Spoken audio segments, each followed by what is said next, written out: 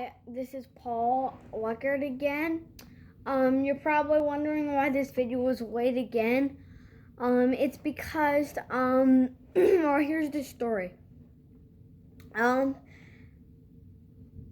Monday, I was by my grandma and grandpa's house, right? And I took a video of some birds out on the marsh, right? And I couldn't get that video to my channel. It was supposed to come out on Monday. So I'm going to tell you how to get to it on a different channel, and that's how my delay came. So I tried to figure it out, but I couldn't. So then my delay came, I tried to figure it out, but never happened. So the channel that you're going to see that on is Richard Leckert. That is on YouTube too. And as videos of me too, but the latest video is it's on his channel, and it has some it's me filming geese and something with sandhill cranes. I'm not gonna spoil it. So but today I have a special book with me, What It's Like to Be a Bird, and this bird book, well, today's video, I'm going to be talking about what you're going to find in Sibley Bird Books. So I got What It's Like to Be a Bird, Sibley Birding Basics, and Sibley Birds West. Now, they all kind of have the same style of pictures, but all of them are different. So I divided them in 3 groups. Pictures of birds in the real world, diagrams of birds, and showing the opposite of this, just showing birds by white pages right here. First, let's talk about, let's put that to the side, what it's like to be a bird, and pictures that he has in here of birds on planet Earth, and pictures of them with the background. So my favorite reason I like this book is because on this side it has drawing pictures of birds, but they're actually life size. So you know how big an eagle is, right? It's very big. Let's find a picture of an eagle in here. Hawks, here we go. So as you see, that would be life size. Here's its head. Compared to my hand, it's a little bit bigger than my hand, including its bill. So our life size pictures. You know how small hummingbird is, right? It's about 3 inches, 5 at max. Now, let me find it. In the meanwhile, the second reason I like this, well, here are the hummingbirds. That's actually the biggest hummingbird, and there's the smallest hummingbird in North America. So this is the biggest and smallest in North America. And okay, moving on to reason number 2, is it tells you extra things, not just diagrams and stuff like it. But now in the back here, I really like this part. I just discovered this today, actually, about the author. It tells you, I'll find it, give me a minute. It shows sources, other things to know about birds.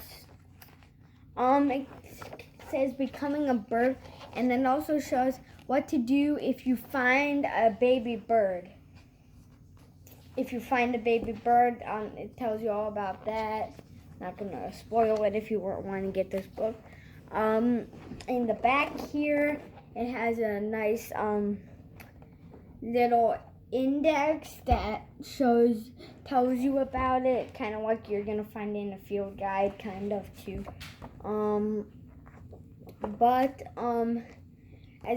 As I told you, is real life pictures with real background, and what the birds would be doing too. That's why it's called What It's Like to Be a Bird. So what they would be doing, like this one's eating cricket. This one is a displays. I like on the picture of the diving ducks. It shows them like in the big, and they're gonna dive the big wavy waters, and it's about to dive in there. Like a few common birds like red-tailed hawks, robins, and mallards. They show the nesting cycle of it, which I really like about that. Oh yeah, of course, the mallard. It's diving, get some food.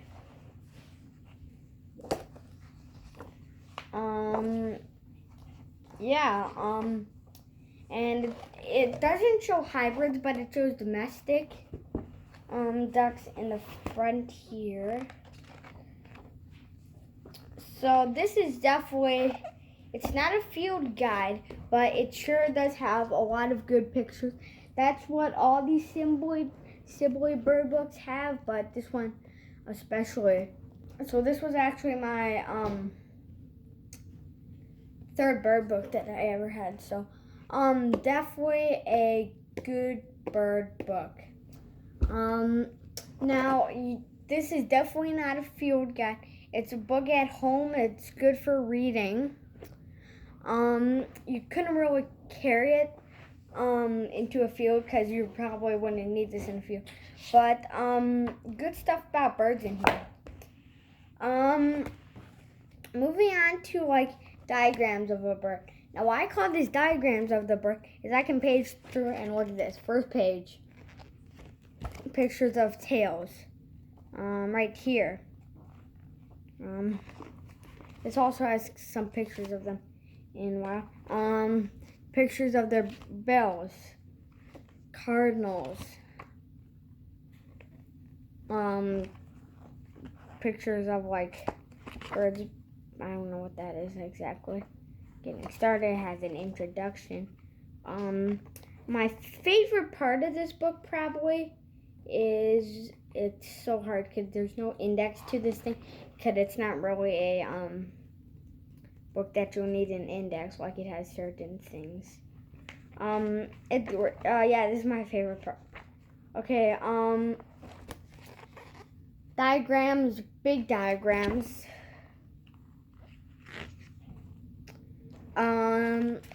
Parts of a bird with color.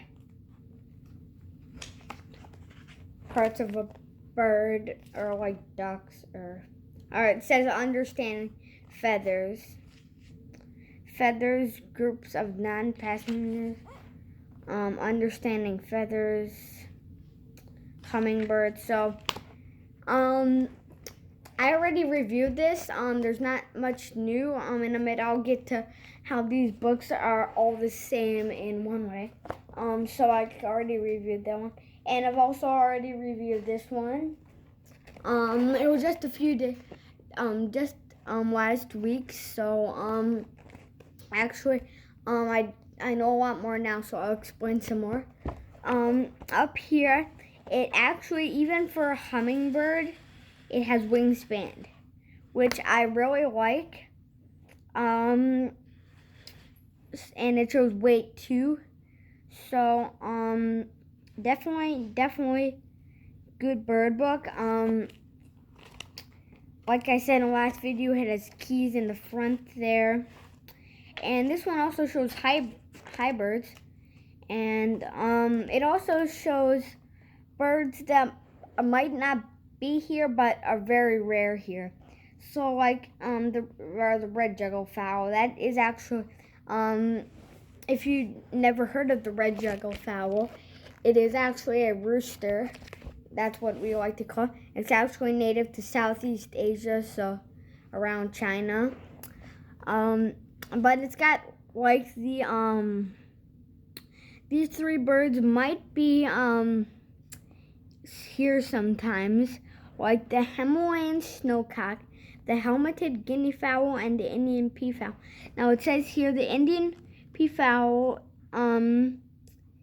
Southern California, and it also lives in parts of Florida, so very rare, but to find it in here in the U.S., but it is.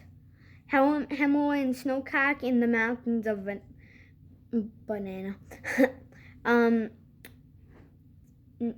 Nevada, and helmeted guinea fowl, sometimes around parks and farms. The golden pheasant, it doesn't say anything about there, but so what's a bird that will have a lot of hybrids? Geese. Let me find some geese. Here we go. Here's geese. And I saw the snow goose Canada goose hybrid. So that one is not in here, but right here it has a ton of hybrids, and it also shows some that are exotic. So like you're really not gonna find here at all. Some of them, like the black swan, captivity in North America, it says. The bar-headed goose, captivity in North America. The barnacle goose, native to Europe. Rare visitor to northeastern North America. And the Egyptian goose, native to Africa. Small numbers breeding in the wild, Southern California. Yes, Merlin, of course.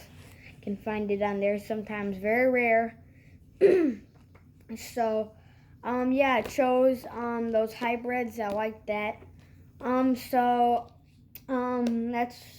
That's just about this book. I still need to discover it more, but yes.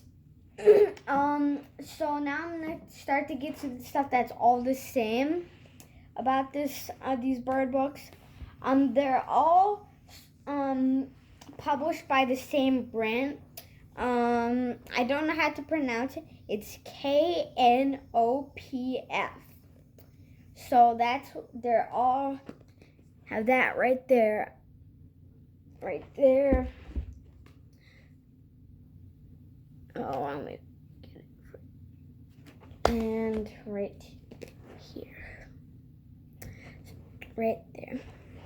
So, another thing that's all the same, have the same style of pictures like I mentioned earlier. And it's all by the same person, David Allen Sibley. If I were to rate these against Peterson and Audubon, good, close, pretty much almost even. Well, it's hard to talk about that because if you're talking about drawings of birds, Audubon is, I know it, good, probably the best. If you're talking about diagrams of birds, probably Sibley. If you're talking about, what does Peterson have? A lot. Field marks. Peterson, good for it. So they all have different things. They're closely all the same level. It says on the back of this, once in a great while, a natural history book changes the way people look at the world. In 1838, John James Audubon Birds of America was one. In 1934, Roger Tory Peterson produced Field Guide to Birds. Now comes the Sibley Guide to Birds by the New York Times. So that's what I got that from, and also thought of it in my head. So that's it. This was comparing and contrasting Sibley bird books. Yeah, that's at the end of the video. Yeah, Sibley comparing and contrasting birds. Bye.